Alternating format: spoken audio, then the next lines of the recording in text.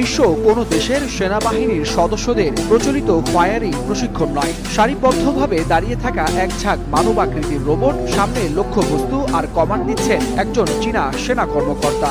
নির্দেশ মিলতেই স্বয়ংক্রিয়ভাবে গুলি ছুটছে রোবটগুলো।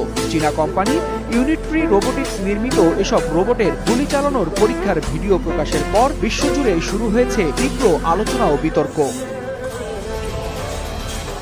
বিশেষজ্ঞদের মতে এই প্রযুক্তি যদি কার্যকরভাবে উন্নত হয় তবে ভবিষ্যতের স্থলযুদ্ধের ধারণাই বদলে যেতে পারে। মানব আকৃতির রোবটের সঙ্গে কৃত্রিম বুদ্ধিমত্তা যুক্ত হলে যুদ্ধক্ষেত্রে মানুষের সরাসরি অংশগ্রহণ কমে আসতে পারে। সিদ্ধান্ত গ্রহণ, লক্ষ্য নির্ধারণ ও ফায়ারিং সবই হতে পারে স্বয়ংক্রিয় ব্যবস্থায়। ফলে যুদ্ধের গতি, কৌশল ও ঝুঁকির ধরন পাল্টে যাওয়ার আশঙ্কা ও সম্ভাবনা দুটি সামনে আসছে। চীন এরই মধ্যে মানব আকৃতির রোবট প্রযুক্তিতে দ্রুত অগ্রগতি অর্জন করেছে। সাংহাইয়ে অনুষ্ঠিত ওয়ার্ল্ড আর্টিফিশিয়াল ইন্টেলিজেন্স কনফারেন্সে বিভিন্ন প্রতিষ্ঠান তাদের উদ্ভাবন তুলে ধরেছে। শক্তিশালী সরবরাহ ব্যবস্থা, বিপুল বিনিয়োগ ও সরকারি সহায়তায় দেশটিতে শত শত কোম্পানি এ খাতে কাজ করছে। তুলনামূলক কম খরচে উন্নত রোবট তৈরি করাও তাদের বড় সুবিধা। তবে বাস্তবতা হলো এ ধরনের অনেক রোবট এখনো পুরোপুরি স্বয়ংক্রিয় নয়।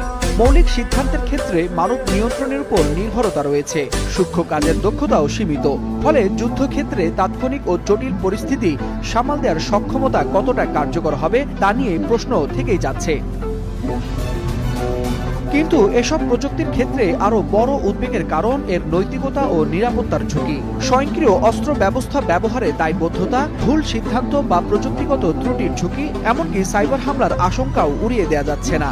শ্রম বাজারে প্রভাবের পাশাপাশি সামরিক ভারসাম্যেও এর প্রভাব পড়তে পারে। ফলে চীনের রোবট যোদ্ধার এই পরীক্ষামূলক উপস্থিতি শুধু প্রযুক্তির প্রদর্শনী নয়, বরং ভবিষ্যৎ যুদ্ধের এক সম্ভাব্য ভয়াবহতার আভাস দিচ্ছে।